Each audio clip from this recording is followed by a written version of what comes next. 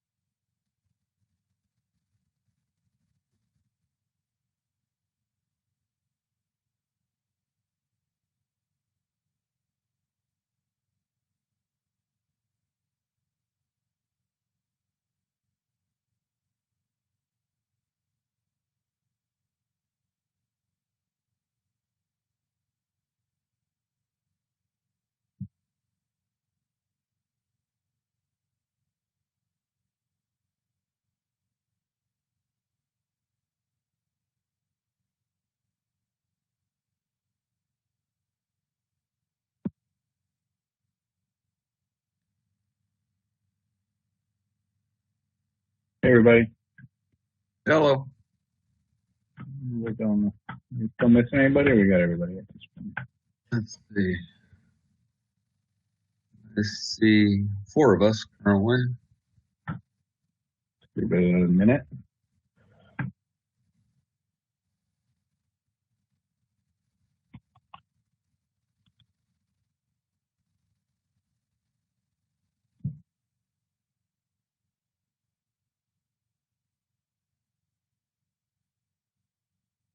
Here's Laura. All right. Alpacoff is the one I see missing. All right. So there he goes. All right. All right. Welcome, everybody, to the November 9th Organics Committee meeting. We will start with the agenda item 1 and calling of the roll. All right, we'll start with Commissioner Cadena. I'm here. Commissioner Ferrante. Here. Commissioner, let's see here, Lapis. Here. Commissioner Kaplikoff, sorry, missed you. Here.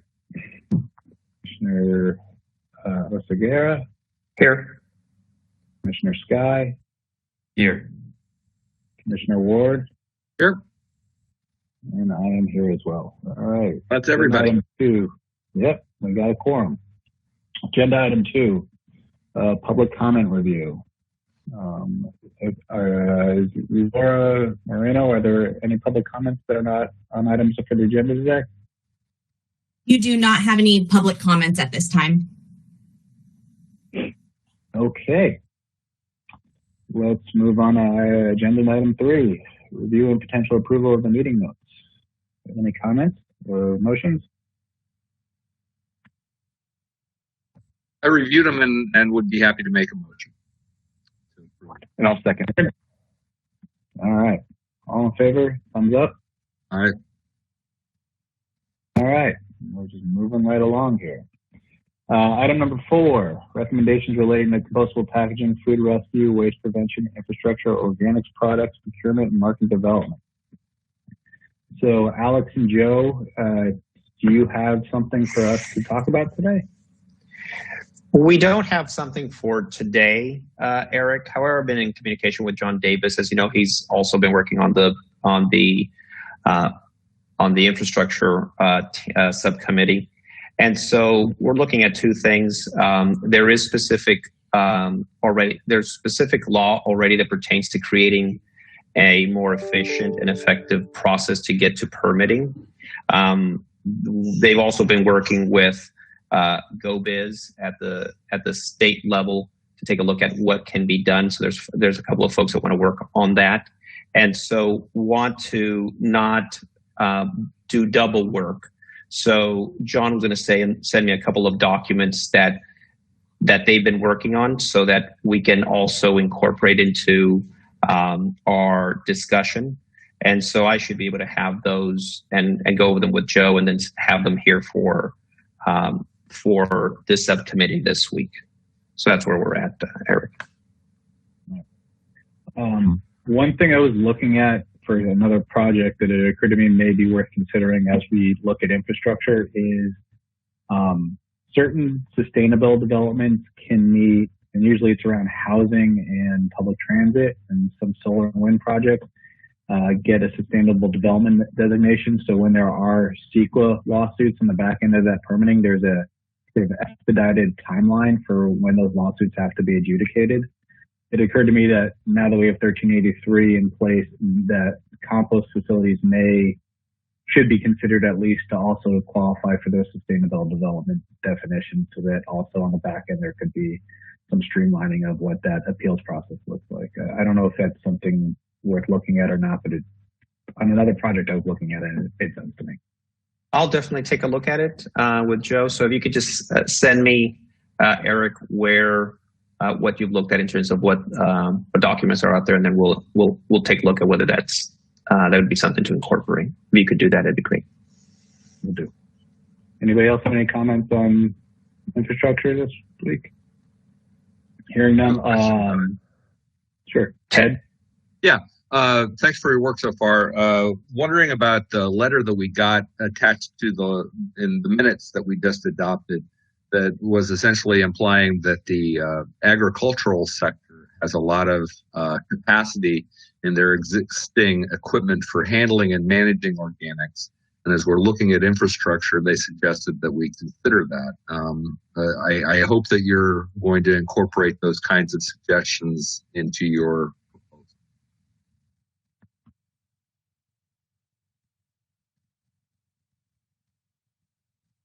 It was the comment letter at the end of the last minutes. So that's the easy. Ted, they're going to be making a presentation today on that to build onto that comment letter. So we should hear more about that today. Yeah. Good. Okay. Ted, anything, or Nick or Kobe, anything on your pieces that you want to add on that you feel like the commission has incorporated what we have so far to an extent? I think so. I want to make sure that I'll work with you, Eric, to make sure that the documents that we have uploaded to the draft report are the correct versions. I don't know if we have the section on the PFAS yet. I'll double check that, but I want to make sure. It should be in that document. Okay. And then there were a couple other sections that were still in red, and then I was to work with Commissioner Sky on a fourth bullet. And we haven't yet discussed that. Gotcha. Regarding the waste prevention aspects, I just did have a conference with Commissioner Snyder and talked about this, but essentially I'll be taking the first cut at the introductory sections addressing waste prevention and source reduction, and the backyard composting and food waste prevention. But of course, the food waste prevention is in the introduction, and then we have the precautionary. Got it. Okay. I do not have any documents for you to review at this time. All right. Gotcha. Okay. Then Nick and Kobe, when it comes to compostable packaging, are you guys going to bring anything else forward around 1335 there's the 1335 regulations going on right now. They're dealing with a lot of the definitions. Are we going to look at that at all or do something different? We are going to bring back a document. We were looking forward to some of the presentations today that will help inform what goes into that draft. Gotcha. Okay. And then on procurement, I know Laura and I haven't had a chance to sit down yet. Two things. One, on the market development side, I wanted to wait to bring CDFA in on the OMRI certification until after we heard from the folks from the ag industry today. I think that way we don't have to bring CDFA twice. We can just do it once. And then I did do some research on procurement at the statewide level when it comes to compost. So, we have the SABRAC program here in California. There's a compost aspect to that, where I think it's now, 80% of the compost they buy would have to be recycled content. There's also a toolbox at Caltrans when it comes to erosion control and slope dressing, that's mostly to be helpful to Caltrans and their contractors that are providing those services or doing those construction projects. However, there isn't really a mandate that they need to go through a sort of iterative process to assess whether or not compost needs to be used on any given project.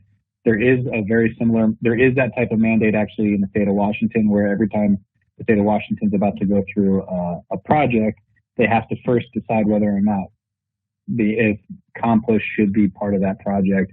And they have sort of and I can send that around, sort of a list of steps to make that determination with. It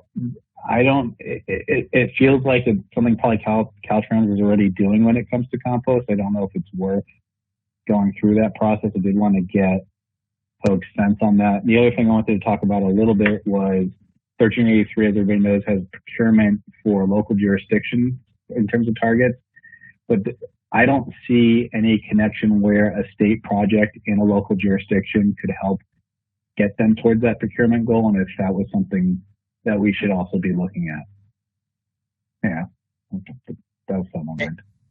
Hey, Eric, on the first point, I do think we should get into state procurement and Caltrans procurement.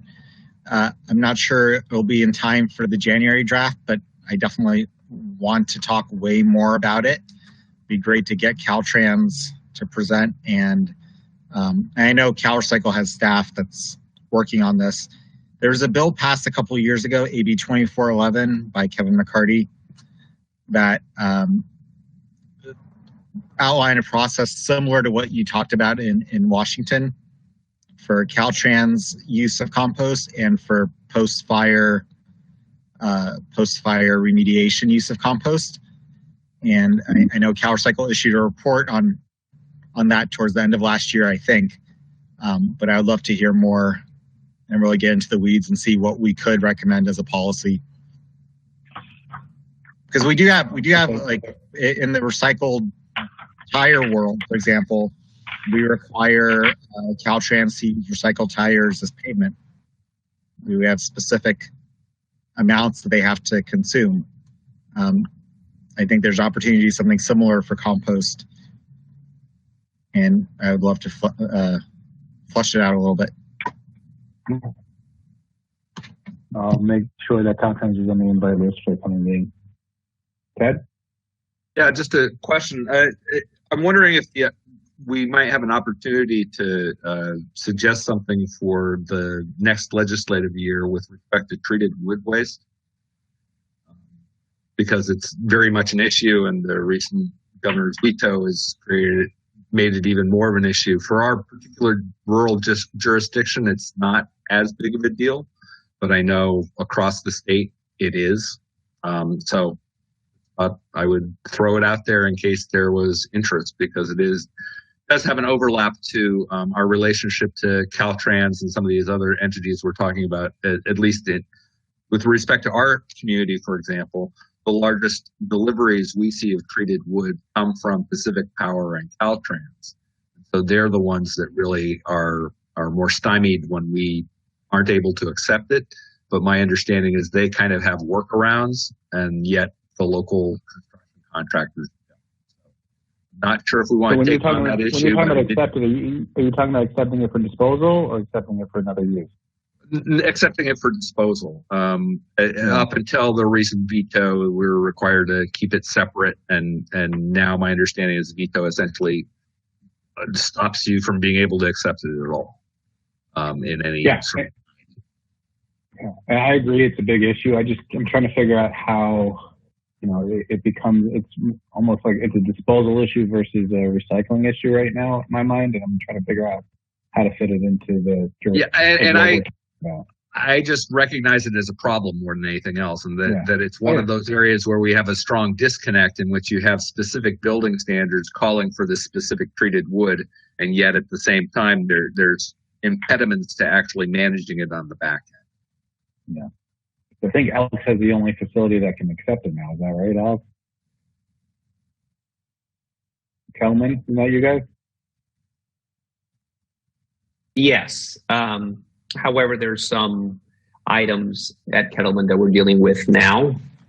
But I think our belief is there's definitely a need for addressing this issue. I know there are folks different, I think, governmental agencies that are concerned about what will happen with treated wood at this point. I know that the important thing is to not add to the brown sites across the state. And so I believe it's important to actually deal with this issue sooner rather than later. So hopefully that answers the question. But yes, I mean, there's certain things that can be taken care of at Kettleman Hills, but I believe that this regulation sunsetting is not something that's positive for the state, and it needs to fix. Got it. Good. Joe? Yeah, Eric, thank you. I've regarding the CDFA, I've reached out to them as well. No one, in short, they're working from home and their offices are closed right now. So I've been pushed around back and forth trying to get somebody to tackle this issue on their end on compostable, basically the federal requirements. And I found that there's only 3 U.S.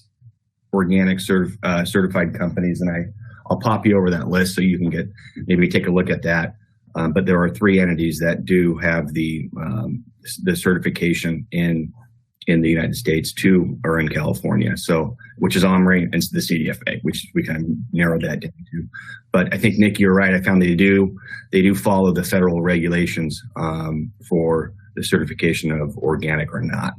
And so I'll pop you that list and the contacts. I've been going back and forth trying to get someone on as well, or just to talk to, but it's been challenging.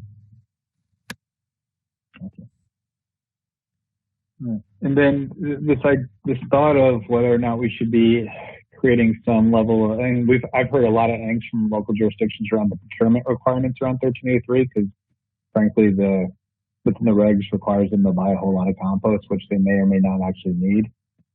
Trying to connect them to maybe Caltrans projects in their district to help them satisfy that procurement. Is that something that folks is worthy of consideration or not? Nick? Yeah. Okay. I mean, I think there's even a broader conversation to be had about procurement and ways to comply with the 1383 requirements and to increase the state procurement. There's definitely a lot of stuff in that issue area. Okay. Specifically, I mean, I guess something I'd like for us to talk about is the use of carbon farming projects as a means of complying with the local procurement requirements. I'd like to see local governments be able to partner with a RCD or some other entity to do a carbon farm plan that will increase compost use. And I think that's pretty direct procurement, although we haven't really talked about that in the context of 1383. Do you mean like directing along the lines of what San Francisco talked about with SFPC land? So just directing it off-site. Okay. Yeah. No, I think that's worth the conversation. Also, we've looked at that in the past just from an ecology standpoint, and the issue's always just been funding. Who can actually pay for the sort of the freight of that material? So that's something that probably should be part of the conversation as well. Yeah, I mean, I think that's exactly it, is that, you look at something like applying compost on rangelands, and we know it's a great thing, but rangelands are not row crops. The economics would never pencil in terms of them, increasing their yield. And so that's where a local government could come in and make up that delta and pay for that trucking and application. And it would be a way for them to comply with their 1383 costs, and it would be a market, and it would be increasing carbon sequestration. And I think it's a win-win all around. Yeah. Okay. Does anybody have anything else on agenda item 4? I really like this idea. I think it's one of the areas that rural communities can really engage in a positive way. Whereas I think there's lots of reasons to question food waste collection in a lot of rural communities. application of finished compost for carbon sequestration to me makes a whole lot of sense. I agree also that if there was a route to compliance where rural communities could pay the transport to get the compost from where it's being produced to the place where it gets deployed, then that might be a way to address that particular challenge. I also think community-wide advocacy of citizen carbon farming might also have good potential. I think the more we can extol the benefits of the use of compost as part of our strategy to address the greenhouse gas issue, I think is beneficial to everybody. So I really like this general direction. Eric, I did want to bring up a topic for us that we should discuss. There is a thought out there to include recycling facilities and organic facilities under toxic hotspots. And so we are about to, we're working to see if we can get that rethought at this point. Obviously, it's going to create significant complexity and undue complexity, I think, to many of these facilities, not only to current facilities that we have in the state, but any future ones that need to be permitted. And so I believe that is a significant topic that we need to address as soon as possible. You're talking about CARB regulation. That is correct. As we look at SB 1383, its implementation, all of the different facilities that need to be either built or expanded of the ones that are currently in place, the additional complexity now comes if one of these facilities is now deemed a toxic hotspot, not because it is, but because of some sort of regulatory body that wants to take a look at those issues. And now you have a broader issue in terms of permitting facilities, existing and future.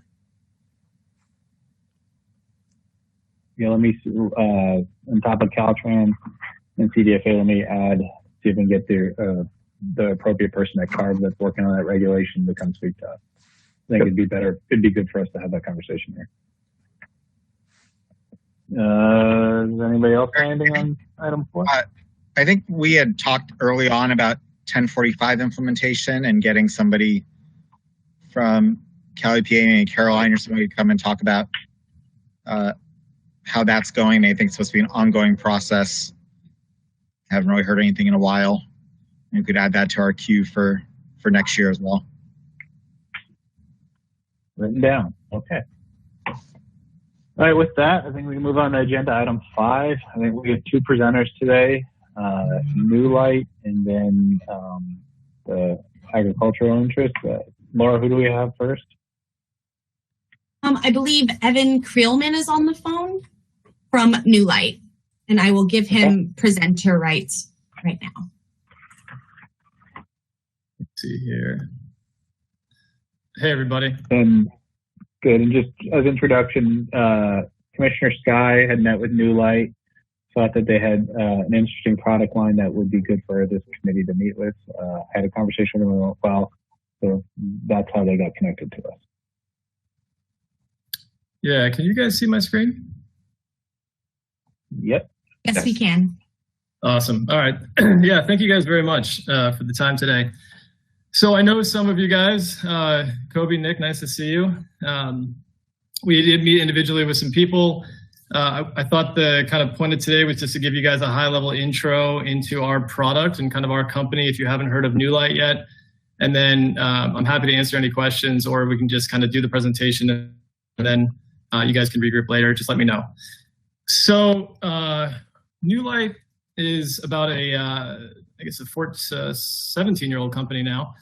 And we were started by looking at the agricultural emissions in the Central Valley and kind of saying, what can we do with these? The methane over the last decade or so, we've developed this platform technology to convert the methane into this natural material that we call air carbon. So for the better part of our company's existence, we started out developing the technology and then looking for licensing partners and large offtake agreements.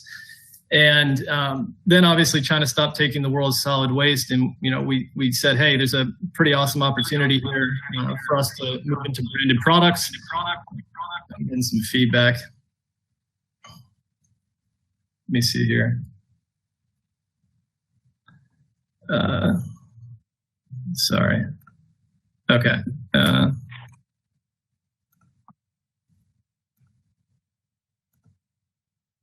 So it's just easier. Okay. Let me pull up this screen again. So the mission of Restore is essentially to restore the oceans. We use vented methane as our carbon input, and we make a natural material. So the material that we make doesn't have any synthetic polymers in it. It's 99% PHB. And PHB is a natural PHA. It's been around for billions of years. So nature knows kind of exactly what to do with it. So when you look at the end of life options on PHB, there's a lot of different places it can go. We've done 6691 testing on ocean degradation. We've done 6400 on industrial compost. We're right in the middle of home compost testing, freshwater, and soil degradation. We should be getting those results very soon. We've done compost testing with third parties like Cedar Grove up in Seattle, and we've gotten really, really positive results. I'd love to be able to tell you guys the exact stats, but we're still kind of getting the public, the ability to release that information publicly. But it's dramatically faster than materials like PLA, because we believe this is, obviously a natural material, and kind of nature knows exactly what to do with it. So beyond natural, the other thing that we love about this material is that it works in both hot and cold foods and liquids. So it doesn't fall apart or anything in hot drinks. It actually gets stronger in boiling hot water. Our melting point's around 350 Fahrenheit. Boiling of water is 212. So you can imagine this is obviously a very, very durable product. It also never gets soggy. So because it doesn't get soggy and it works in hot and cold liquids, we actually got it dishwasher safe approved and microwave safe. So the product is reusable. So our vision is obviously to move away from anything single use. Our vision is to use natural, reusable products, move away from plastics to more materials that people can either get, retail, fast food restaurants take home. They can wash them, they can bring them back. The reusable is really where we want to see the world go. And then the third kind of very unique attribute of our material is that it's regenerative. So we had Carbon Trust and SES Global come in and do independent third-party verifications of the life cycle analysis. And they both deemed the product, and the material and the product actually carbon negative. And there's also, we spent the last 2 years working with VCS, the Verified Carbon Standard, to get our technology actually approved as a methane destruction device. So we can actually generate carbon credits by the manufacturing of our product. So those three pillars, the natural elements of PHB, the reusable elements of this material. And you might ask, like, how is this, so accepted by nature, either as compostable or, potentially home compostable or ocean degradable, even though we all know the problems with using that term. And it's because PHB, you guys might know this, and it's consumed by life. So microorganisms, they consume this as a nutrient. The material exists in nature, and obviously if this ever makes it back to nature, it's absorbed. So if you put it in a dishwasher where there's, it's steam sterilized, there's obviously not a lot of microorganisms in there, you can really run it through the dishwasher as many times as you like. And that's the beautiful thing about it is you can reuse this product. You don't have to treat it as a single use. So I wanted to show you guys a little bit. This is our facility outside in Huntington Beach, right next to Boeing. We're right on the 405 in Westminster in Huntington Beach, Orange County. Here's a picture of one of our labs where we do kind of our upstream development of the product. It's just another piece of equipment that we use for polymer characterization. This is our new facility. So over the past, we've gone, this is our third facility now as we've grown, and we just completed this plant. We're calling it our Eagle 3 facility, where we have a large tank. It's about 50 feet tall, and this is what we fill with essentially seawater. and we put the methane in, and we put the oxygen in from air. And the microorganisms that we have, they grow this natural material. And then you can kind of see the plants out back here. We bring the material inside, we purify it with our water-only downstream process, and then we also have a lab to characterize, and we have our offices. But this is the new facility that we're producing all this material in order to launch this brand. So we have gotten some really positive, we've gotten some positive feedback on the material, some awards. We were honored by Obama to get the EPA Green Chemistry Award. Popular Science gave us Innovation of the Year. Our CEO was invited to speak at the World Economic Forum as a technology pioneer. Here's a picture of some of our products. Sorry, I keep losing this. This is our cutlery. So, this is our straws. And our plan is to expand the portfolio. We've done about 2 years of innovation now on other products, with the goal of having a whole portfolio line of foodware items, with obviously the long-term vision of helping California move towards kind of a single trash can solution, where your food waste and your foodware could all go in one trash can. That could go to an anaerobic digester, be converted into renewable methane. And then our technology obviously uses renewable methane as a feedstock. We could use that methane to turn it back into more foodware items and create a uniquely circular economy. So the three big bullets, just wanted you guys obviously to know is, PHB is a natural material, and that's why it has so many wonderful end-of-life options. It is a reusable product. We're trying to move away from single-use plastics. This is the unique attribute of having the ability to work in hot and cold liquids and making it dishwasher safe. And then obviously we don't use any synthetic plastics, any glues, and the product never gets soggy, but it's also uniquely regenerative and carbon negative. So thank you guys very much for the time. Hopefully that was an adequate overview of the brand. I know most of you probably have questions that I'd absolutely love to answer. So I'm more than happy to do Zoom calls, phone calls, whatever you guys like to kind of answer additional questions and see how we might be a solution and help with your mission. Thank you. Commissioners, do you have any questions? Kobe? Yeah, so this is the type of product that has frankly just given me pause in terms of what approach we should take. Because when we're first looking at products that have previously tried to make claims of compostability, there's been a lot of challenges. They don't really work well with existing composting facilities. And there's other issues about whether the source of the material is actually renewable or not, whether it would impact organic certifications for compost. So there are so many issues, and we're kind of heading towards just ruling them out entirely.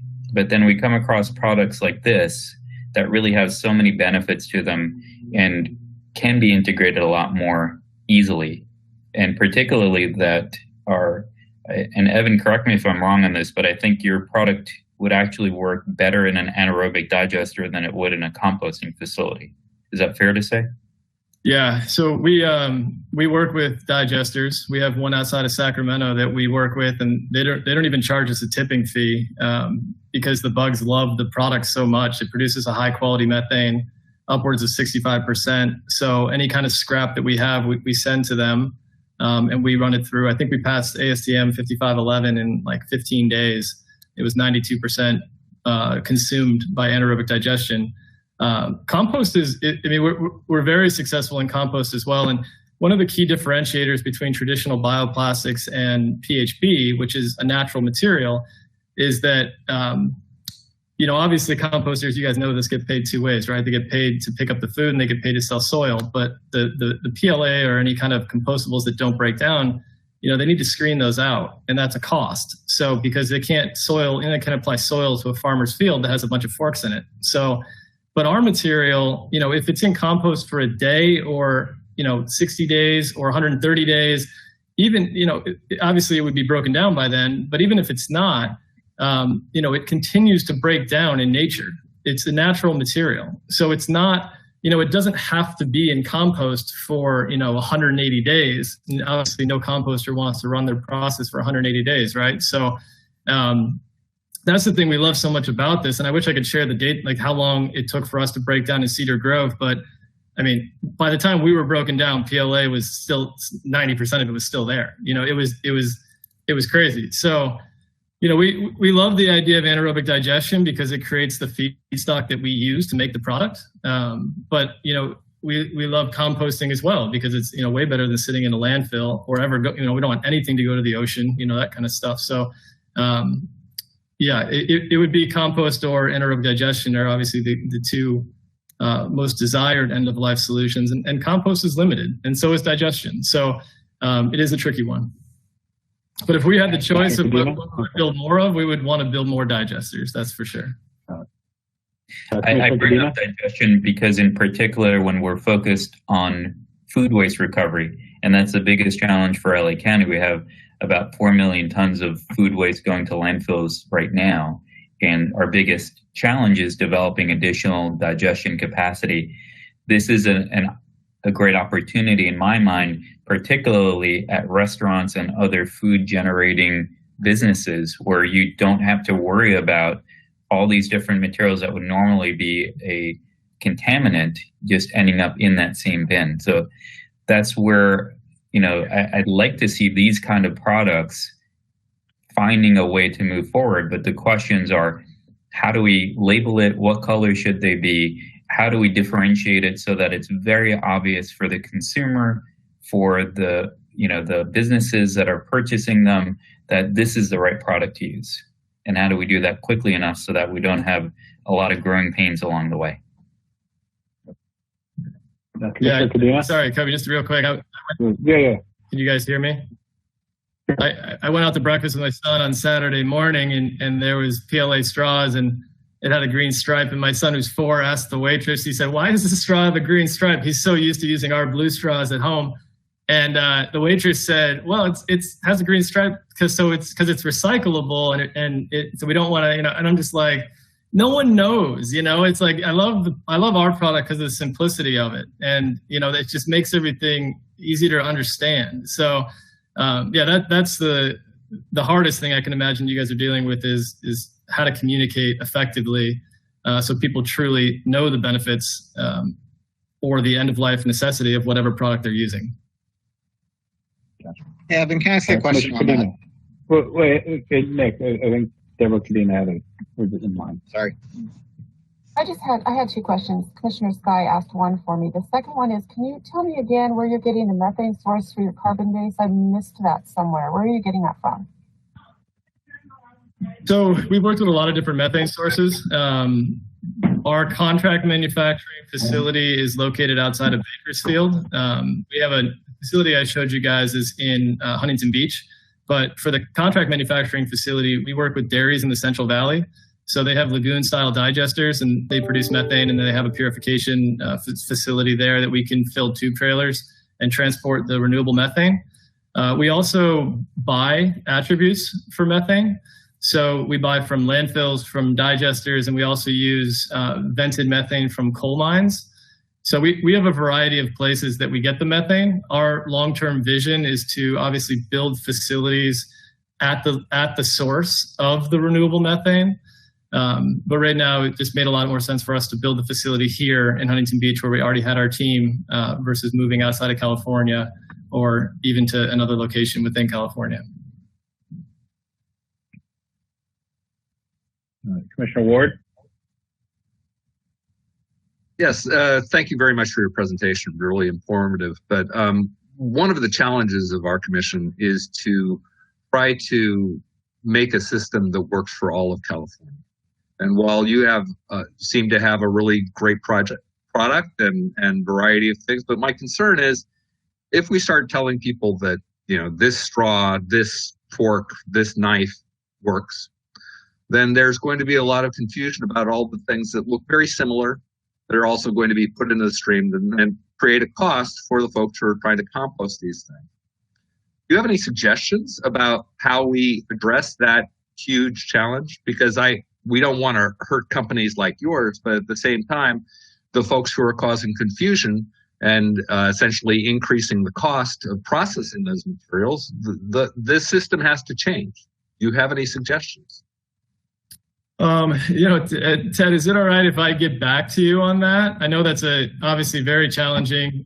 One of the biggest things we've done is tried to color the product to make it visually identifiable, as well as brand the product, with branded names like Air Carbon, create that, that uniquely visual, but that obviously is easily copied or counterfeited. So if you're all right, let me regroup with the team and we'll put together a list to kind of a presentation, some options, and then we'll definitely get back to you on that, if that's okay. Sure, we'd love to have your input. But it is a central challenge, both to our commission and to companies like yours. Yeah, I think one of the things that we're proud of is for our partner, whether it be hotels, restaurants, airports, stadiums, the advertising, this particular natural product is used here.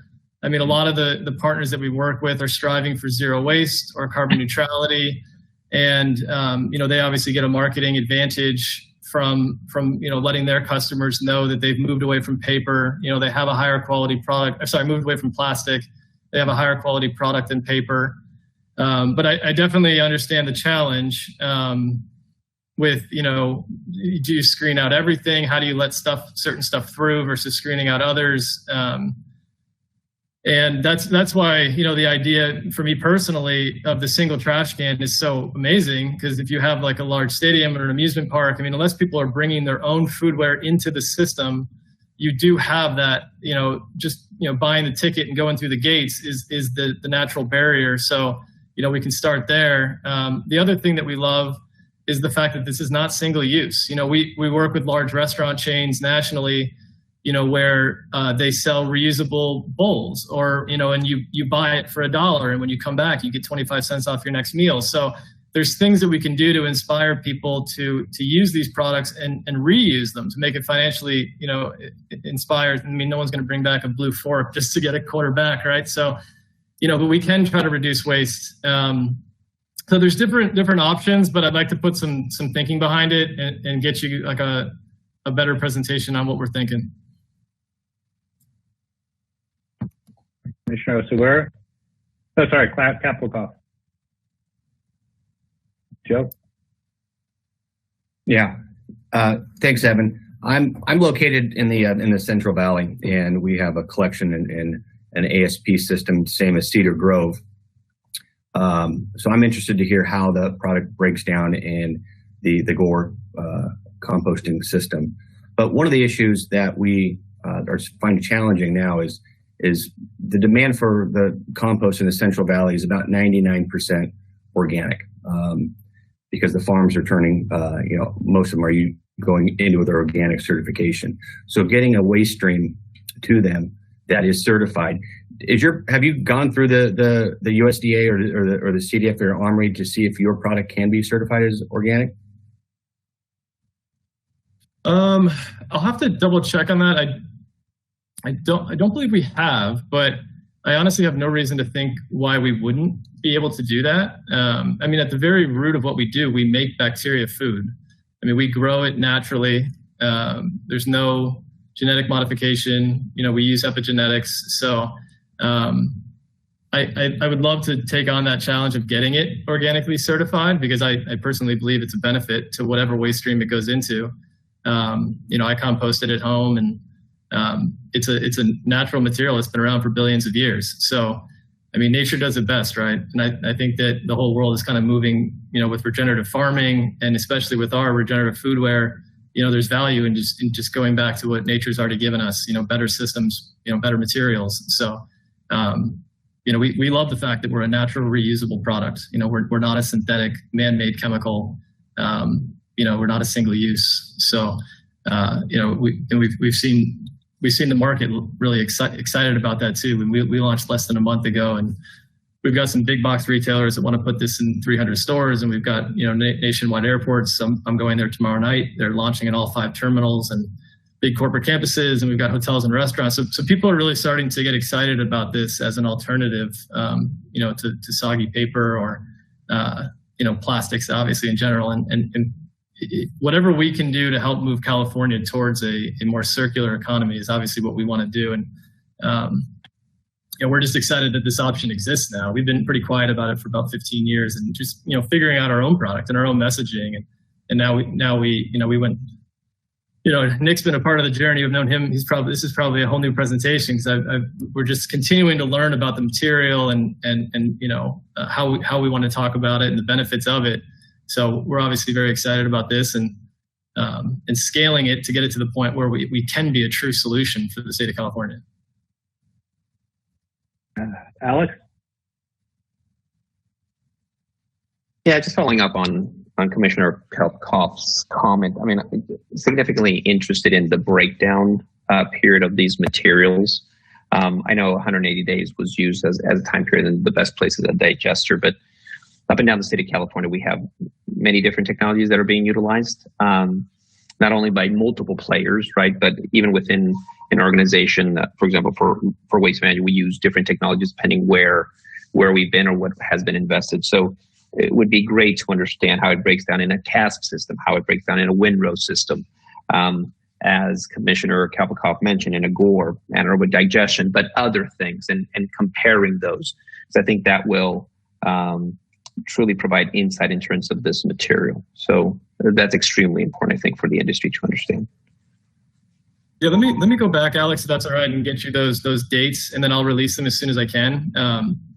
I think the contract that we signed with Cedar Grove said we couldn't release the actual dates, but by the time ours was 90% broken down, PL was still 90% there. So we were really excited, when we got that data point. So it does break down very quickly in kind of industrial compost. But I agree with you. We're trying to connect with the right players to do third-party testing in those different composting solutions. So let me get you those dates as soon as I can, those numbers. Nick? Thank you. A nice presentation. Hey, Evan. Thank you so much for coming on. Something you and I have talked about a lot of this stuff before, but something we have not talked about that's come up in this commission is disclosure of ingredients. And we've talked about before that there's an interest in knowing what's in products that are going to go into compost, and wanted to get your take on whether you thought it was feasible to require manufacturers to disclose everything they're using. I think you in your presentation said 99% PHB. That still leaves 1% that's maybe proprietary or not. Just kind of curious. No, yeah, it's fine. And yeah, I didn't pay Nick to ask this question, by the way, but it is a good one. That's one of the things that we love most about what we do. We as a company, we're mission driven. We want to make an impact. We see other products on the market that from everything greenwashed, avocado straws coming out of Mexico that might claim biodegradability, and they're just polyethylene filled with fibers, but or even some of our competitors are mostly filler or other polymers, and that's one of the things we are most proud of is our transparency. We are 99% PHB, and the 1% it's a mineral. We color blue just for visual identification, and it's an FDA approved, GMP approved blue mineral. We do have a 0.1% processing aid that just helps the product crystallize, so we can cut the straws or injection mold the forks and knives. And so I 100% believe that manufacturers should disclose, the formulation, the percentages. I mean, obviously up to a point, right? With trade secrets, you don't want to give away, years of research on exactly what you're using, but definitely to the point to make the market feel comfortable with the product and help, end of life composters better understand what they're taking in, because a lot of these products might squeak through, if you will, an ASTM test. And, that's still 5, 10, 15% of something that maybe doesn't break down or takes a lot longer. And then the hazards of the toxicity starts to build up, and you ask yourself why. And so I fully understand the challenge. And we've always had the option of blending our material with, other other, non-natural synthetic polymers to help it function. I mean, we've got a team of polymer chemists that beat their head against the wall every time they want to use something, and we say, no, it's not natural, So, I am a big fan of people understanding what's in your product, because far too often I think people rely on, passing a certain ASTM test or, using some kind of marketing advantage that really only tells, 85% of the picture, right? So that's the reason that we do disclose that we're 99%. By no means are we trying to hide anything. The last 1%, it's not even 1%, it's 0.9% is just a mineral and a processing age to speed the crystallization of the material. So, Nick, thanks for asking that, but I definitely agree with you. Could you speak more to that? Because we had, had BPI present to the committee on the ASTM 6400 standard. Why you think that may just, and we, composters also are testifying that it's just not breaking down in time. And it seems to be a disconnect between that standard and then the standard that compost facilities need to meet. Can you speak to why maybe there is that sort of gap with the test? Yeah, I mean, I think any test, any ASTM, I think they're all great tests, right? They were all developed for a purpose, whether it's a time frame or a temperature. One that's been in our discussions a lot recently has been the ocean degradability test, and that was a 180-day test at a higher temperature. And going back and meeting with the people that originally passed the test, and we kept asking, why did you use a higher temperature? And they said, well, we wanted to give people a test that they could run, in 6 months. We didn't want to have a 2-year test because it was just market prohibitive. Am I breaking up? Can you guys hear me all right? Yeah. Okay. So, I mean, I think even with industrial compostability, a lot of these tests might be, this is just my personal opinion, but a lot of these tests might be, just fit to what the market kind of needs at that point in time based on what products are available, and we feel that now with this new product available, there could be better dates or better tests developed. Obviously, those take a long time with ASTM, but I think the challenge, and I mean, I've been on a lot of these composting calls, just kind of as a fly on the wall listening. The challenge that I'm hearing is the ASTM test of 180 days and the actual amount of time these composters want to run their process is just totally disconnected. I mean, if a composter wants to run for 60 to 90 days and the products that they're kind of taking in break down in 180, there's a challenge there, right? It's like, so now, I mean, we almost find it comedic that in the state of Oregon, compostable plastics are not allowed in composters. And it's like, how do you get that? How do you get the public to better understand that a compostable plastic is not actually compostable? And it's like, because that's the message that regulators are sending, right? If they're not allowed in, then they're not compostable. So I know I've heard some talk of accelerated times, or maybe doing your own tests, whatever it may be. I think obviously we feel like we have a product that helps the system greatly. And if there's anything we can do to give you guys dates that would work, I have that as a takeaway here to get that to Alex ASAP. Based on the different end-of-life systems, here's what we can offer, and maybe we can work together on something like that to create a better system. Thanks. Kobe? Thanks. This presentation perfectly encapsulates the challenge that Nick and I have in drafting a good compostable plastic policy. So I'm really glad that we're having these conversations, and I look forward to some follow-up. Evan, I wonder, can you share your slide again that showed the blue color for some of the products that you have? Yeah, this is, here, sorry, let me share my screen. So we have, this is, I mean, I can just, this kind of it's like a royal blue, if you will. And then can you guys see this here? Mm-hmm. The forks and the straws. So this is a natural material, so it deviates ever so slightly. And then if there's a better color, we know that other states have gone, green, brown. I'd love to do a dual stripe. That's just a very challenging thing to do from a processing standpoint. We obviously have been trying to get as visually unique as we can, and we understand the challenges around that. And also there's costs and timelines with every color. I mean, every color needs to go through, compost testing, regulatory testing, toxicity testing. I mean, it's obviously expensive to get additional colors approved. So we just need to maybe work together on the direction so we can get out ahead of it and, put resources to it. I bring that up because blue is very vivid and would be very noticeable, but the direction we're moving, at least in California, because of the colors for our bins, are blue for recycling and green for organic. So I don't know if there's a green color that you're already thinking about that might be applicable. But yeah, green's on our list to develop. We have done it in-house. We just need to go through proper channels. There's some big companies out there that really like green. So, and in terms of testing, because that's the other really important piece to this, I think there's been a movement towards real-world testing, and Commissioner Segura talked about all the different technologies that we have in the state, and I think we need to figure out what would be kind of like a representative facility that we would think is acceptable to say, if you can some kind of a,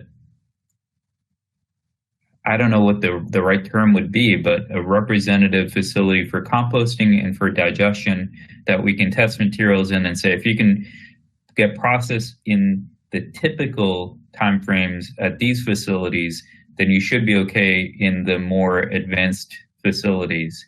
And that additional data is definitely helpful, but I don't know that it would be reasonable to have manufacturers test in every different type of technology that might be out there.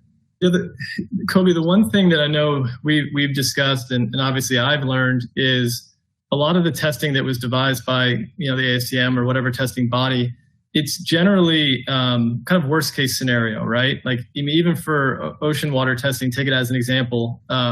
You take a set of ocean water that has a limited amount of nutrients in it, and you run your test in that water. When the product goes in the actual ocean water and is constantly refreshed, you can get a more accelerated timeline. So lab testing, and Nick, you can maybe speak to this, is generally kind of a fail-safe, right? It's a safety net. It's a worst-case scenario versus real-world applications. So I think just be cautious of using dates from real-world facilities if you're going to require the testing in labs, which would obviously certified third-party labs, which is the best bid. Thanks, Evan. Thank you.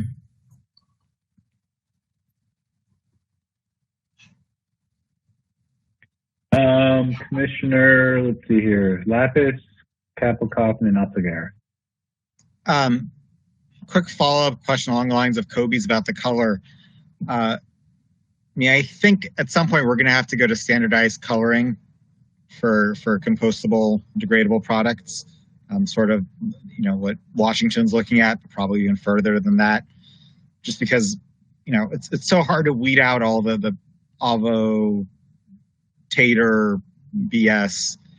And like Kobe said, I think green is the logical option, or maybe green and brown. How big of a deal is that to you guys, since it seems like blue is your marketing, angle? Yeah, I think, thanks for the question. So we just liked blue. Back when we started, our founders are from Southern California. They grew up in the ocean. We all care so much about the oceans and the amount of plastic going to them. So blue was kind of the natural color that we gravitated towards. But now that, we've kind of launched the product and we're going to market, we are getting a really good response to the blue, but the market's kind of asking for their own colors, right? A lot of high-end places really want black because that's what they're used to, and that's what goes with their color scheme. We have a lot of hotels up in LA that won't take it just because of the color. Like their marketing directors are saying, I can't take that product in here because it doesn't match with the tablecloths or the carpet. It's crazy. So we like blue. I think we have direction towards other colors, and if there's any kind of direction that you guys can give us, we're happy to run with it. But the market wants kind of what the market wants. So we do have to take our customers' feedback. We have a lot of high-end steakhouses that are like, hey, as soon as you guys have black, let me know. They don't want the blue in their restaurants, which is it's a surprise, right? So I think we just need some clear direction, and then everybody kind of gets on board. Yep. Thanks. Evan, this is Commissioner Kalpakoff. Quick question on that, and some of these other questions spurred mine. With being in the Central Valley, there's obviously VOC emission requirements that we have to hit with our air boards. With that comes these source tests that happen every 24 months at our facilities. Have you ran any data, or do you plan to maybe, on if it increases any emissions factors, VOCs, when this product is composted? I know it's a natural product. It's made with methane. Does that create additional as it goes through a composting system? Is that something that as a composter I need to be worried about? It all depends on kind of where the carbon comes from, right? It's the same carbon molecule, whether it comes from, banana peels, methane, CO2. So I'll have to talk to, I can talk to the lab that did our D6400 testing. And we're currently going through the home compost testing. We should have those results. We were hoping we had to hit 90%. And then 2 weeks ago, we were at 88%. So we're getting the data actually tomorrow. So we thought, hey, would it be better if we presented in a couple of weeks? We'd have a full picture, but we should be there. But let me see if they've created any kind of off-gas analysis or anything from the compost. I can't imagine that there'd be anything, created, like any kind of any VOC that we wouldn't expect. But let me get back to you on that if that's okay. Yeah, no, and maybe it's a benefit for the process and for the emissions. So it could go either way. But obviously, if it was a benefit, that's definitely an advantage. Okay, I'll touch base with our team on that, and I'll reach out probably through Kobe to get in touch with you. Commissioner Segura? Yeah, I just want to reinforce, I think, the comments made by Commissioner Skype and Commissioner Lapis. I think in terms of the color, obviously there is a tremendous issue with lookalikes, and really in our composting process, right, being able to discern between one type of plastic and the other, very difficult and quite frankly, almost impossible. And so definitely a great idea in terms of a color. I understand Nick's comment of maybe greens. Everything that would be compostable, it would be green or blue, as you mentioned. I don't know, because of the color coordination of containers now, blue is for commingled recycling. But I just want to echo that if there was a movement towards compostable plastics that break down within the processes that we have in the state, and that would be of a specific color, I think would be positive movement. So just wanted to make that comment. Obviously, whether it's blue or green, don't know, but then if there would be a policy that nothing else could be that color if it did not break down. But I think that would be a positive step. So thank you. Commissioner Ward. Yeah, and I 100% agree with you. And I think we had seen kind of some PLA products that were kind of using that green color as their visually identifiable product color. So that's another reason why we moved a little bit away from green, is to try to be a little unique. But the big thing that I just kind of want to remind everybody is the product is uniquely reusable. PLAs don't really go through a dishwasher. Obviously bamboo and paper, don't go through a dishwasher. So we really don't want anything to get thrown away or composted. We want it all to go home and get reused. So But I just wanted to point that out because that is our true goal is to reduce waste. We don't want to just try to fit with, the existing streams. We want to reduce waste, and we want to create obviously more circular systems. So, but I will talk to the team again to see if there's, any color can be copied, right? That's the biggest challenge. But something new, like it was crazy, but when we actually first started looking at blue straws for marketing, we were like Googling blue straws and there wasn't a lot. So that made us feel really good about choosing blue. But if green is the direction, I would say green or blue over something like a brown, just because I know the response we've gotten from different companies not wanting blue, a really, in my opinion, beautiful color. So I can imagine there would be some resistance to brown. So I would lean towards something comforting. We do customer testing all the time, and we ask people, what does this color make you think of? And we've gotten a lot of answers. Some people say vacation, some people say the ocean. One time I said, hey, what does that straw make you think of? And the guy said, a straw. I said, okay. I said, okay, that's fair. So, but we haven't gotten any real negative on the blue. We also have a natural color, which is just 99.9% PHP. It's just the same exact material without the mineral. And our big box retail partner that we just heard last week wants to put the product in a number of stores. His wife actually liked the natural better. So, it's just kind of subjective. It's personal preference, right? Everyone's kind of got their own history with colors and they just pick what they pick. So, I would say, some natural color, something unique like the blue. I think green maybe it's a great color because of the connotations of the word, but there's also some other products that have kind of already put their flag in that. So it could be tough from a communication standpoint to get consumers to switch mentally and trust that color. So I definitely empathize with the decisions you guys are working on. So anything I can do to help. Commissioner Ward. Well, and thank you, Evan. You're headed in the same direction. Essentially, we need a system that is idiot-proof, and that there. You say it looks like a straw. Well, it also looks like other straws, right? So Yeah. that's the central issue. Is we really need. And I like your vision of being able to have foodware all go in the same container with the food and make that system simple for restaurants. That's great. But it is somewhat at odds with your also claim that you want this all to be reused. It's kind of one or the other, and splitting those two different business models is kind of problematic.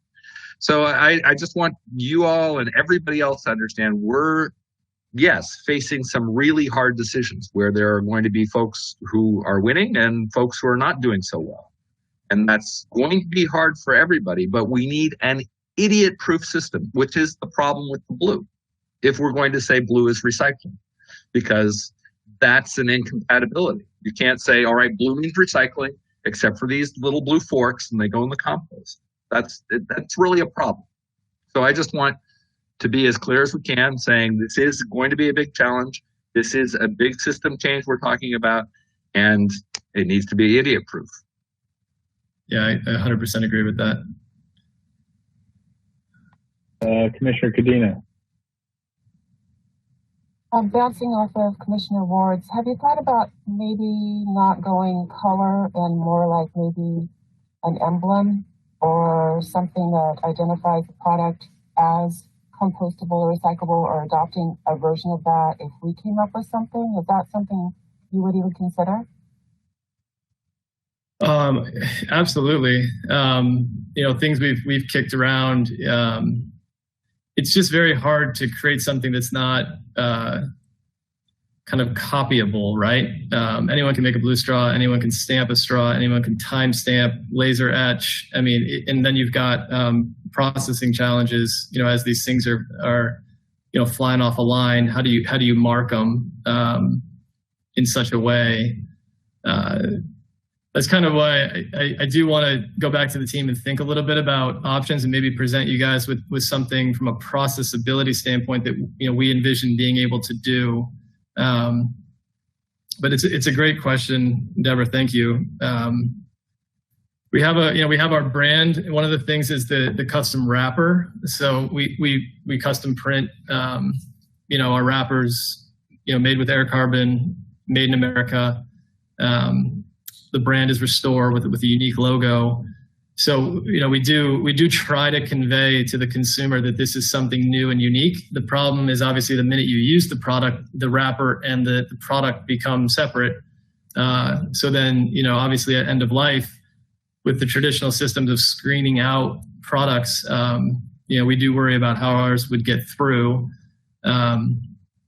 And that's one of the reasons that we love, the idea of working with stadiums, festivals, corporate campuses, places that you can kind of amusement parks, places where, you buy the ticket and go in, and that's the barrier. Those are great customers for us. Universities, places that are striving for zero waste, but really can't pass that 85% threshold because of their foodware. So that's where we've seen just some really passionate interest. But by no means do we want to limit our market to places of mass gatherings. In the time of COVID, that was obviously a challenge on us to pivot to places that are still using straws, and that's distributed, right? It's socially distanced. So, but yeah, I guess that's why I just ask if we can just put some thinking behind it and see if we can get you guys a better recommendation on what the future might look like. And I think we can come up with something. I just want to go back and meet with the team. Commissioner Sky, let's be respectful of Evan's time here, and we've had him for a while. Thank you guys. I've enjoyed this, and it was nice to meet all of you that we haven't met yet. So thank you again. Sure. Let me just say one quick thing as a final thought, just building on Commissioner Ward's comments, that we certainly want this to be foolproof and easy for customers to figure out. In terms of reusable versus compostable and those being at odds, I think it'll depend on the item. I don't know how many people will want to reuse a straw even if it is reusable, and are marginally the same about cutlery. But I do think to-go containers, where there's more space for you to use the logo that we're coming up with, that'll make it obviously compostable. But you can also put information about the fact that you can put this in your dishwasher, you can wash it and reuse it.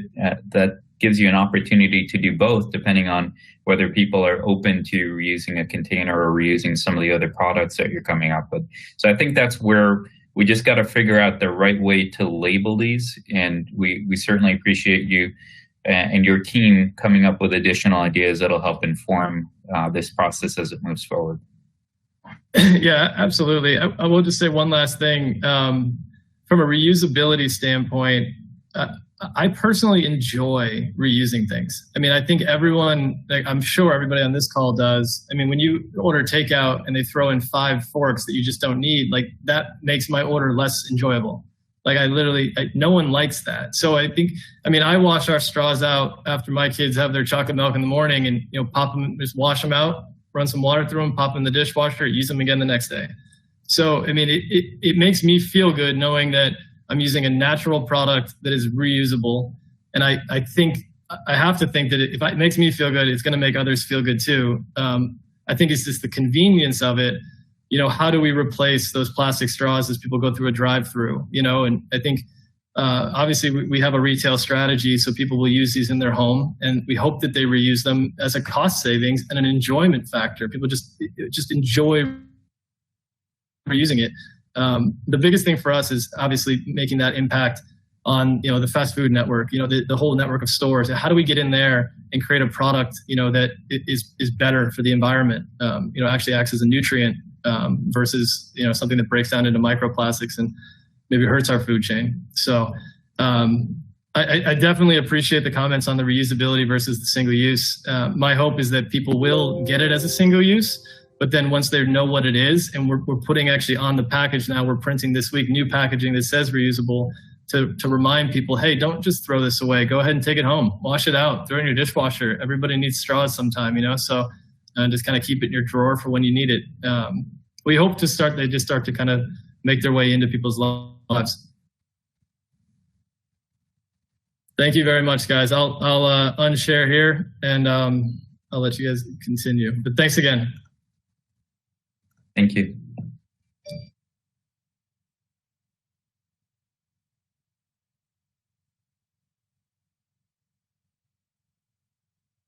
Sorry, it's on mute. Hey, Laura, do we have our next presenter? Yes, we have Dennis Albiani and Taylor Roshan. So I'm going to give Dennis control.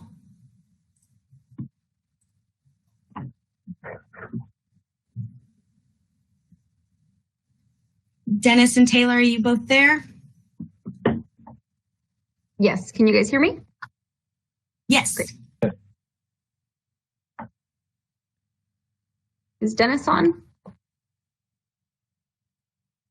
Dennis, if you're speaking, we cannot hear you. Is that better? Can you hear me now? Thank you. Yes. Thank you very much. And can you see our screen? I pushed the share button.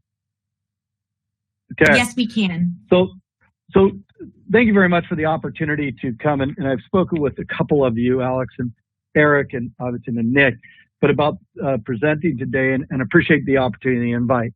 But I wanted to invite Taylor Roshan, who has a broader view as representative of the California Farm Bureau Federation, about all the opportunities that exist for recycling of organics in California agriculture. So I'd like to turn it over to Taylor. She's going to do the first 2 slides. I'll do the last couple slides, and then we'll be open for questions. But again, I assume Taylor, like myself, if there's a question, you can just jump in and interrupt us, and we'll get it. So it's very casual. Go ahead, Taylor.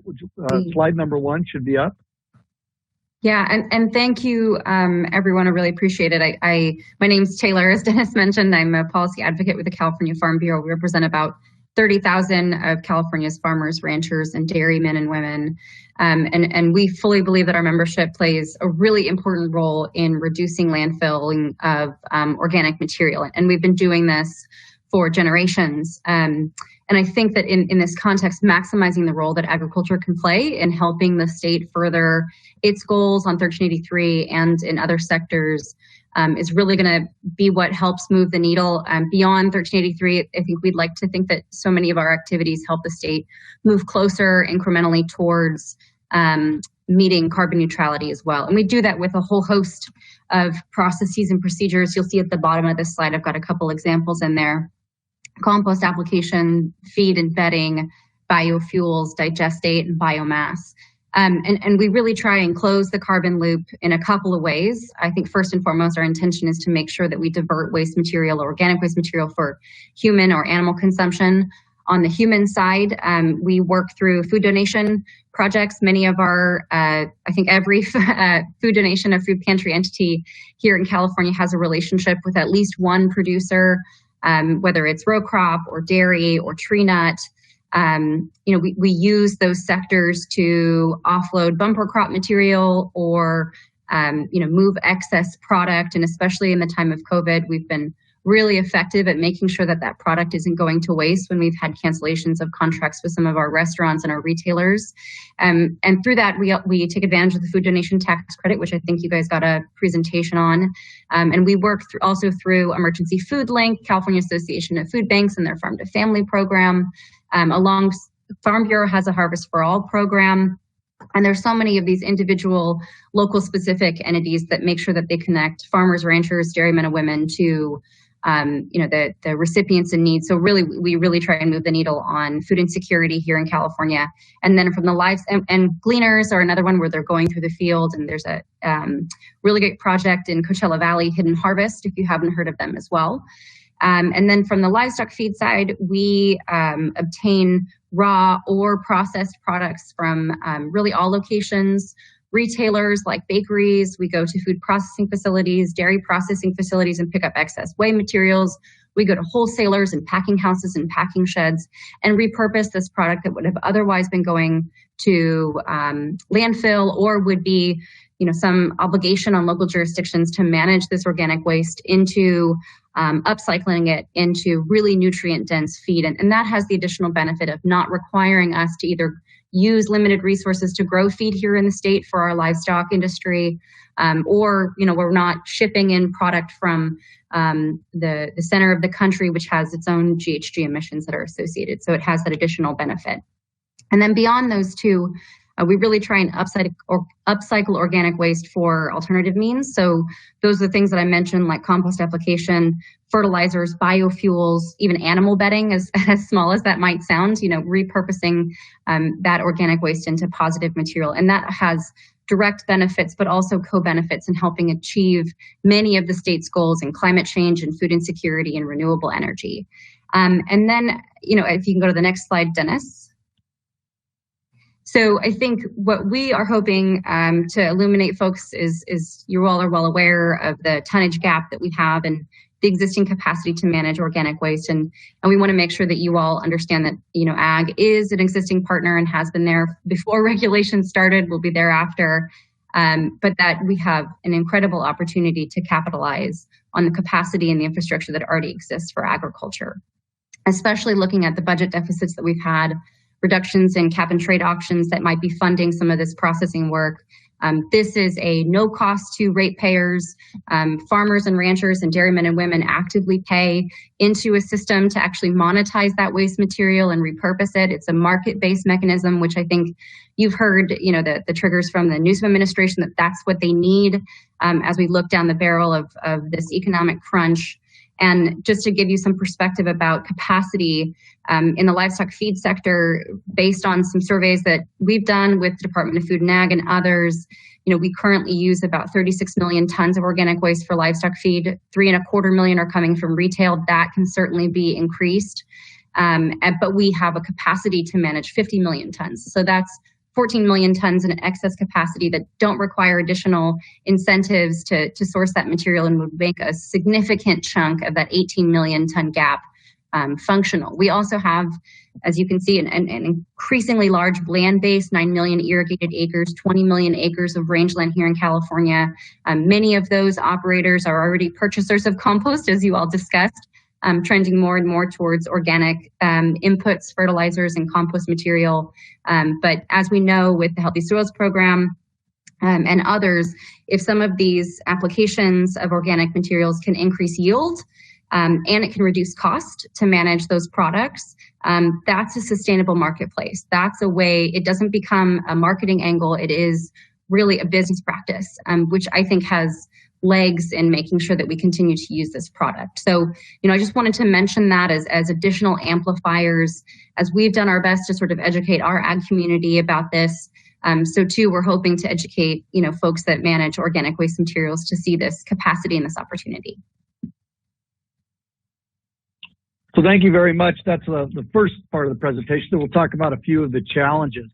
In 1383, the slide here shows the regulations identify 7 different drivers, of which the last 4 of those, essentially, you call biomass is one of them, but uses a soil amendment, land application of compostable material, including digestate, and the lawful use of animal feed is regulated by CDFA. All those are already identified as diversion in the 1383 regs. There is, although unfortunately they've also identified, and so there's kind of a disruption in the conversation, that the 1383 report that was released in August, and that was the update, contradicts that by stating that several ag opportunities do not qualify as diversion because they existed prior to 1383 enactment. I think that's a very simple answer to that is anything above prior to 1383 enactment is diversion if it's after that number. So establish a baseline and move forward. And we'll talk about that a little bit further. But it's statements like that that are challenging. It's material being diverted that's been recycled for decades being diverted into the waste system. So those are all challenges that we're seeing out there as this plays out, and therefore impacting scarce infrastructure in the solid waste system. Some of the other things we need to be cognizant of is food and food safety. We need to monitor and control diversion for humans and livestock feed. That's important for compost as well. Too much internal petroleum, if it's contaminated with petroleum products or that would be an issue as well, even for compost. And you all just had a conversation about compostable plastics and what that means into compost. So you can see that as the materials get put in, no matter where they go, they need to be monitored and have some control over it for human consumption and livestock feed. working with CDFA on this as well. They have a office of Farm to Fork, and additional cold storage is I think you guys have heard too from the food banks that's a significant issue. So one of the things that we have identified with our food bank partners, as well as the Office of Farm to Fork, is a limited capacity of cold storage, and that needs to be increased. And then we just said retail, grocery, restaurants already divert food to livestock and rendering, so we can build on that as that goes forward. And then finally, current implementation resulted from ag materials being sent into the waste system and downcycling. That's another challenge. I think it's one that's been well documented and discussed. Some of the policies that have been implemented to drive material into certain streams have removed material that's already being recycled and put that forward. And that leads to, you've all seen this many times, so I don't need to go through it, but the highest and best use. And there's several agricultural avenues that Taylor went through that show the food recovery, the US EPA food recovery hierarchy, obviously farm to fork, and get that into the system. And that could be packing sheds, culls, off-spec food, processing material, all can go. Mislabeled products that often had ended up in a landfill can go to food to feed people, and we manage that. You get into feed animals, and we talked about that. I think one of the parts, livestock and companion animals. Not only livestock here in the Central Valley with our large dairy and poultry centers, but we also do, most everybody also makes companion animal feed as well. And then you have the industrial uses that we've talked quite a bit about, rendering fertilizers and anaerobic digestion, and then compost for both irrigated land and rangeland. So you can see that agriculture serves the hierarchy very well and works on that as the highest and best use. So what are some of the proposed solutions? I think we look at the sleeving, but even before that, under the Model 1383 model tools, there are some suggestions in there, such as the local jurisdiction. I think this is really, the folks that represent local jurisdictions on here, is really an opportunity to do this at the local level, identify your resources and who's available, and then serve in those areas. And that's from food banks down to livestock feed and land application. And so one of the things we came up with, and these are just some ideas that we wanted to throw out for further conversation and to start the discussion, is establish a statutory goal of recycling organic materials to their highest and best use, again, by creating an organics loading order. Those of you that have been around, and Nick's been around for a while, and in renewable energy, we have a loading order. And that was actually, in law as the renewable portfolio standard went in. But when we started to go into the climate, said, okay, what's the highest and best uses and highest production of energy for the lowest climate output? And so we established a loading order, and all the investor-owned utilities went through that loading order. And it didn't mean that they didn't buy petroleum-based products and energy, but that they went, okay, what exists in our area to generate renewables, then standard, then we went into the bottom was obviously coal. So something like a voluntary process-oriented, where local jurisdictions went through this exercise, see what's locally in there, available to them, would be one idea for discussion. And again, this is process-based, not a mandate by any means. You just go through the process and move forward. And this would also help avoid downcycling material. If there's material already going to a higher and better use in your jurisdiction when you go through this process, it's already taken care of, then we don't force it into a downcycling situation. Organic materials regulated for CDFA should count towards state diversion rules. I already kind of introduced that a little earlier. And the way we do that is CDFA established a baseline, working with Cal Recycle on all the reporting that's occurred. And then any additional thing beyond the baseline becomes diversion.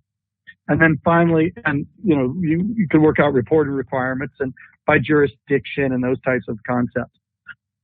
We looked at the definition of solid waste could be updated, last updated in 1996, and look at different, ways of defining what is solid waste to avoid the good, reusable materials going into that system.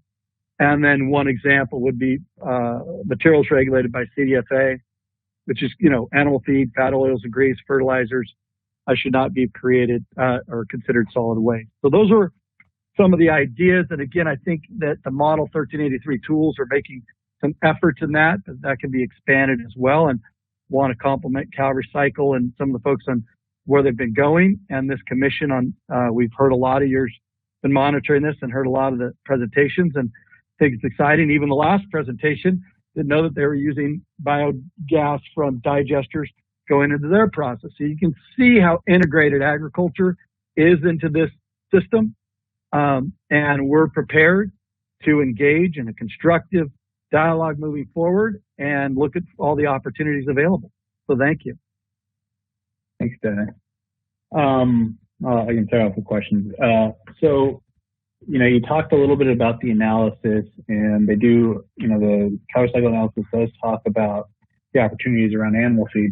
They do mention, though, that the issue around contamination, or as is in the regulations, I think it's called incompatible materials, that there is going to have to be, especially when you're talking about residential, commercial curbside customers, an effort of processing to make sure you can separate what's available or appropriate for animal feed versus contamination.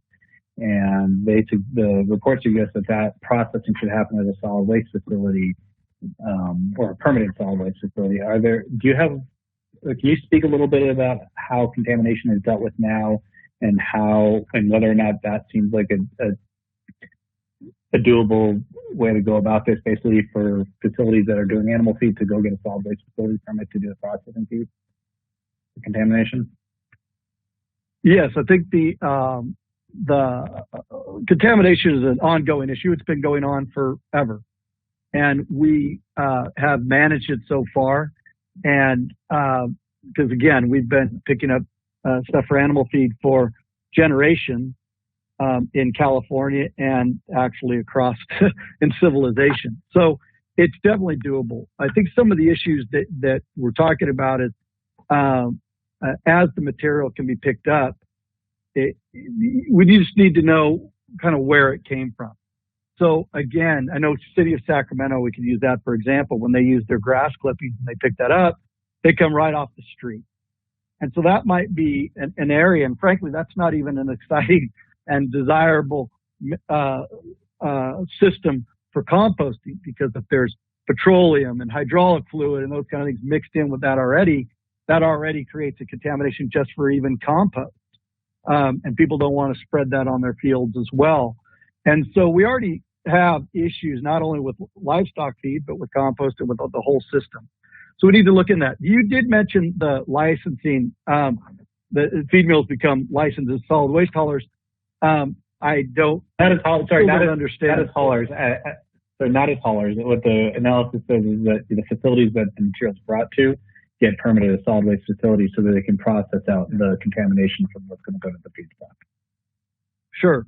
I think that could be one solution. There could be other ways that when you pick it up, if there is, as you manage the material, it goes to, is your example, livestock feed on this one, but it could be composting as well. It could be anaerobic digestion. It could be any of those areas that handling the material when you sort it out and then send it into the solid waste stream from there would be one possibility in how to handle that as well, so that you can have a secondary selection of that material goes into the solid waste system. And, then essentially if it's contaminated, it would have to be landfilled. And that's kind of how anybody would deal with it, whether it's going to livestock feed or to certain things like anaerobic digestion and compost as well. Nick? Hey, Dennis and Taylor. I have a couple questions. First of all, I feel like I would probably just have to make the comment that, we do have a loading order in California. It's in the Public Resources Code. We have what we call the waste hierarchy, and it's actually different than the EPA waste hierarchy, the inverted triangle that you had. One key difference in the world of organics is that we have different forms of recycling and composting as equivalent to each other in California's hierarchy. But I think we've already had that conversation a million times. I'm actually curious a little bit more about the things that don't count as diversion under 1383. I'm just not sure I actually know what you're referring to. Could you talk a little bit more about that? Okay, so you're talking about, so we have the 7 steps on there? Is that what that? No. So I mean, that was an aside that I couldn't help making. But your comment about the 1383 report and some ag practices not counting as diversion, I feel like I'm missing something. What are those practices, and what is the context of that? Well, it goes in with, there's a whole, several paragraphs identified it in the 1383 update report, and their articulation is that the livestock feed for discussion purpose has been used for generations. So you cannot identify materials to be diverted due to the fact that it has been diverted for, as we discussed, generations. So what we have established, or our solution to that issue, is establishing a baseline of what's been diverted prior, and then anything that's in addition, obviously additionality as we use in the climate world, make sure that there's additionality in it, and like I said, a baseline system, and monitoring that would take care of that issue. But that's what they've identified, is that it's been recycled before. So trying to get addition, they didn't use the term additionality, but that creates a challenge for diversion, and essentially is not subject to diversion because it's been going on for generations. Dennis, maybe we should follow up offline. I think either I'm misunderstanding or that's a misinterpretation, because that's not the way we count diversion in California. There's no additionality requirement. Diversion is disposal that doesn't happen. And so anything that does not get taken to a disposal facility is diversion in California. There are no facilities, no composting facilities get a diversion certificate from the state. No recycling facilities do. So as far as I know, all animal feed, all, everything that rendering, all of that should be 100% diversion. So maybe we could follow up offline.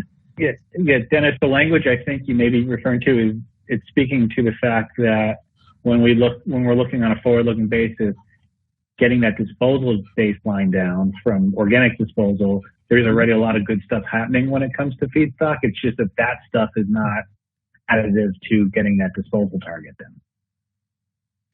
Which that would make sense. So, maybe we should talk about that offline, but I actually think there isn't as much of a disagreement as you think there is on that. Can I? Yeah, we don't think there's a. Go ahead. Sorry. Yeah. No, once you establish, you're correct. Once you establish the baseline, what's going for future, looking forward. Eric brought that forward very well. And yes, maybe our language is not specific enough, but the idea is to identify as additional material that previously went to landfill is diverted into cattle feed. How do we measure that and appropriately categorize it as diversion? So my understanding is 100% that would count as diversion, and the way it would get measured is that it does not go to a landfill. That's the same way it would get measured going to any other recycling facility. But we should talk about that maybe in more detail. Sure. I have a question I think that's probably for you, Taylor, but maybe for Dennis. And that's about the on-farm generated organics. And I'm thinking orchard prunings and, ag waste and stuff like that. Mm-hmm.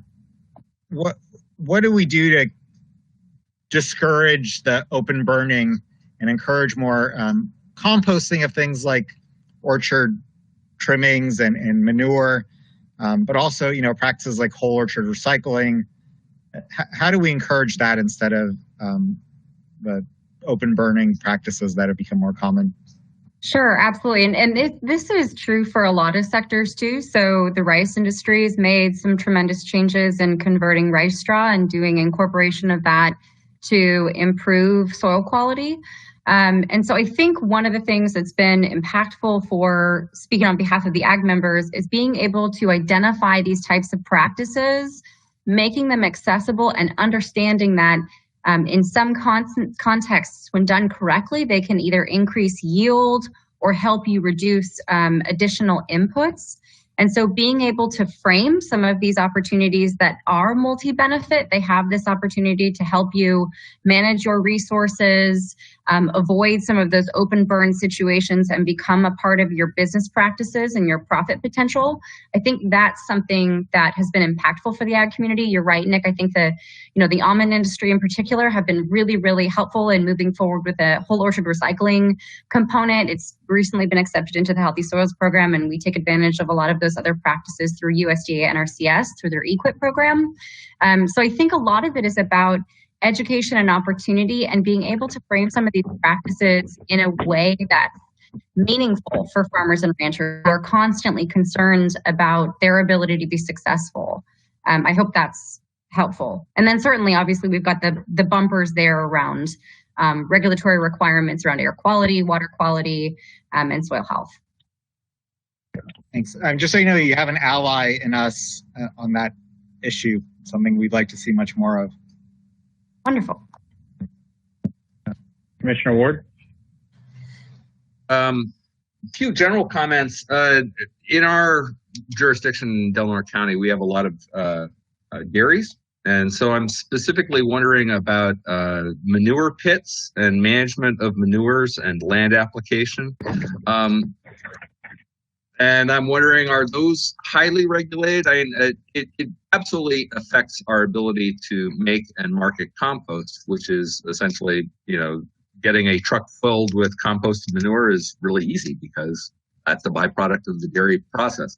They've got these huge manure pits, and that does not currently count as diversion. I'm wondering, what's your assessment about the status of regulation of manure pits, and what's the potential for working with current manure management in relationship to moving organics management forward?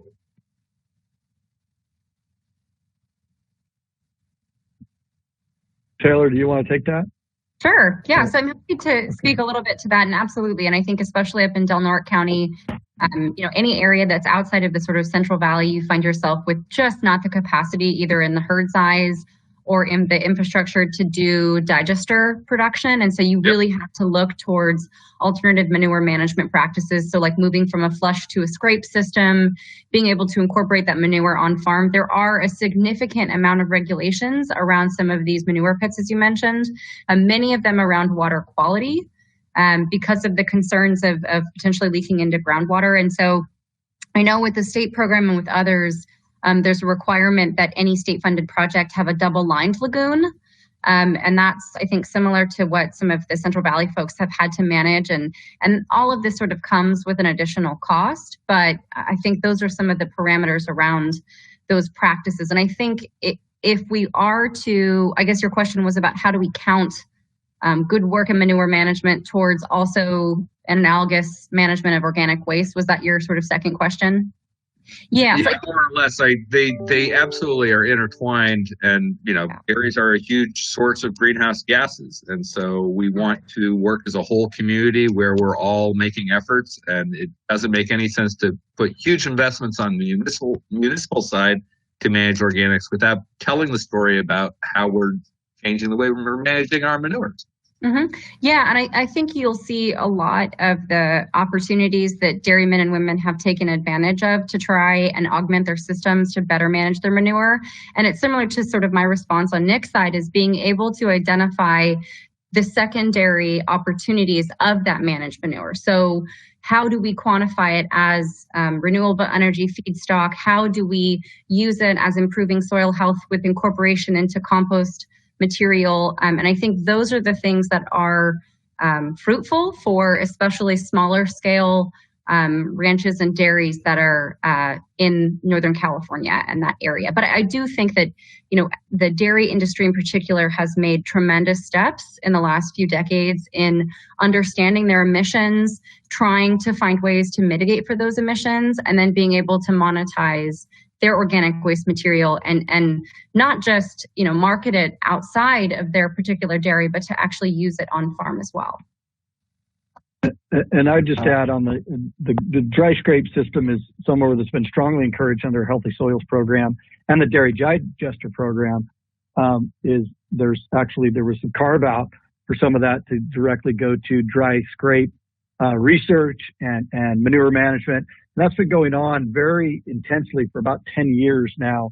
And now the practices are getting applied on farm. They found them to be, what works and what doesn't work, and then do that. And that's what we see a lot on the North Coast in those areas is really the dry scrape and those types of management, and then spraying that material on farm. Well, I have a question. I'm not sure if it's for Taylor or Dennis, but you talk about market-based solutions. If you separate out hauling from processing, can the animal feed industry compete with the composting and AD industry if they're just competing for tons after it's been taken to a consolidation site or a transfer site?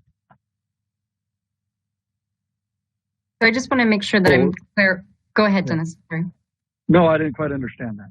Yeah. So let me try to just say a jurisdiction has all their hauling or their organic waste taken to a facility for transfer. That transfer site may take it by long haul to a compost facility at that point, and that's based on a business relationship between a transfer site and a compost facility, usually based on a per ton cost. Could the animal feed industry compete with that compost facility for those tons the way it's set up right now? Well, I think I would say it would depend. And one of the big factors would depend upon whether or not that hauler makes sure that those products that are really intended for animal feed are separated from the remainder of the product that they are picking up. And that's really why, in some context, having independent haulers or those that are managing just byproduct for animal feed is really helpful. And then I think there's also this hidden component of that transport side is there's so many of our dairymen and our dairy women and ranchers who source byproducts themselves from some of these locations. So it's an informal relationship, or there's they purchase some of this tonnage from a processing facility or from a bakery, and it goes sort of uncaptured, but it's a huge driver for access to low cost feed for a lot of those operations. And so I think in some of those sectors, it's really, there isn't a competition that's there because that relationship has really existed for, or proliferated for quite some time. So what I'm hearing I would is, say yes. sorry, go ahead. Go ahead. Didn't mean to cut you off. No, just what I heard there. Animal. Oh, sorry, go ahead. No. Go ahead, Eric. No, you first. I was just going to say yes, they can. But as Taylor said, there's several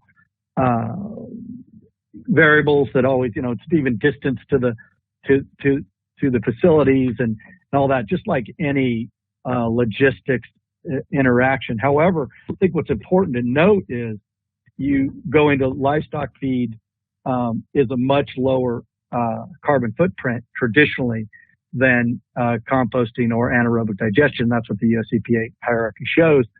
And so that's also, you're getting more climate greenhouse gas reductions from that activity, as long as it's within a reasonable haul. And I don't, if you have to haul it across, 600 miles, then it may not work, because obviously you have the greenhouse gas emissions from the hauling. But if you look at it and the hauling's comparable, definitely you get a better greenhouse gas footprint and emissions reductions. You get more emission reductions, and you can do it marketably. Well, see, then I think Taylor, you can clarify, because what I heard from you was organic waste at the curb from commercial and residential customers is not all equal, and certain types of customers are going to generate the type of feedstock you want versus others. Is that not right? Without there being other processing?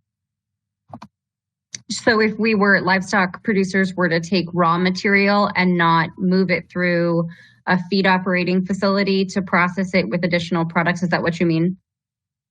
No, I'm saying like you go to a city and you not every single commercial organics waste generator is going to produce a feedstock that's going to be ideal for that use.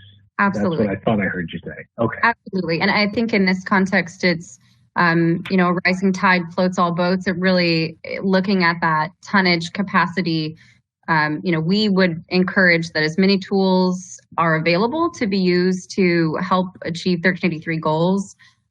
That's the big picture here. And I think that's what we want to make sure that we can play an active role and meet our capacity.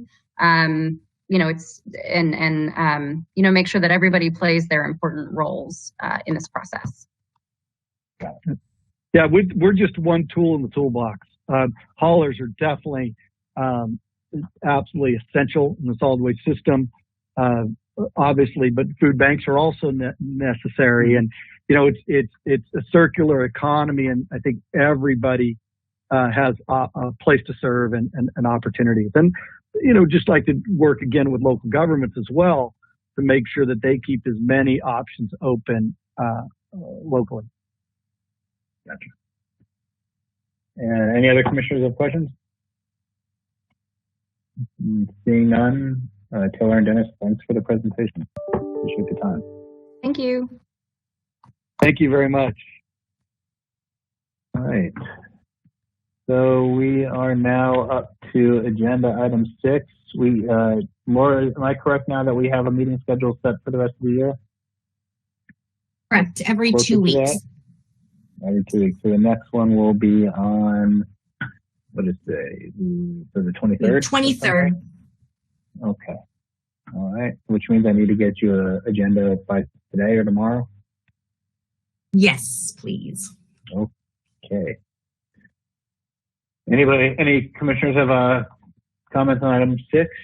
Seeing none, item 7, meeting summary, closing remarks. Anybody have anything to say as we wrap up today? Nope. Seeing a bunch. Appreciate everybody's time. Yeah. Good meeting. Yep. Good meeting.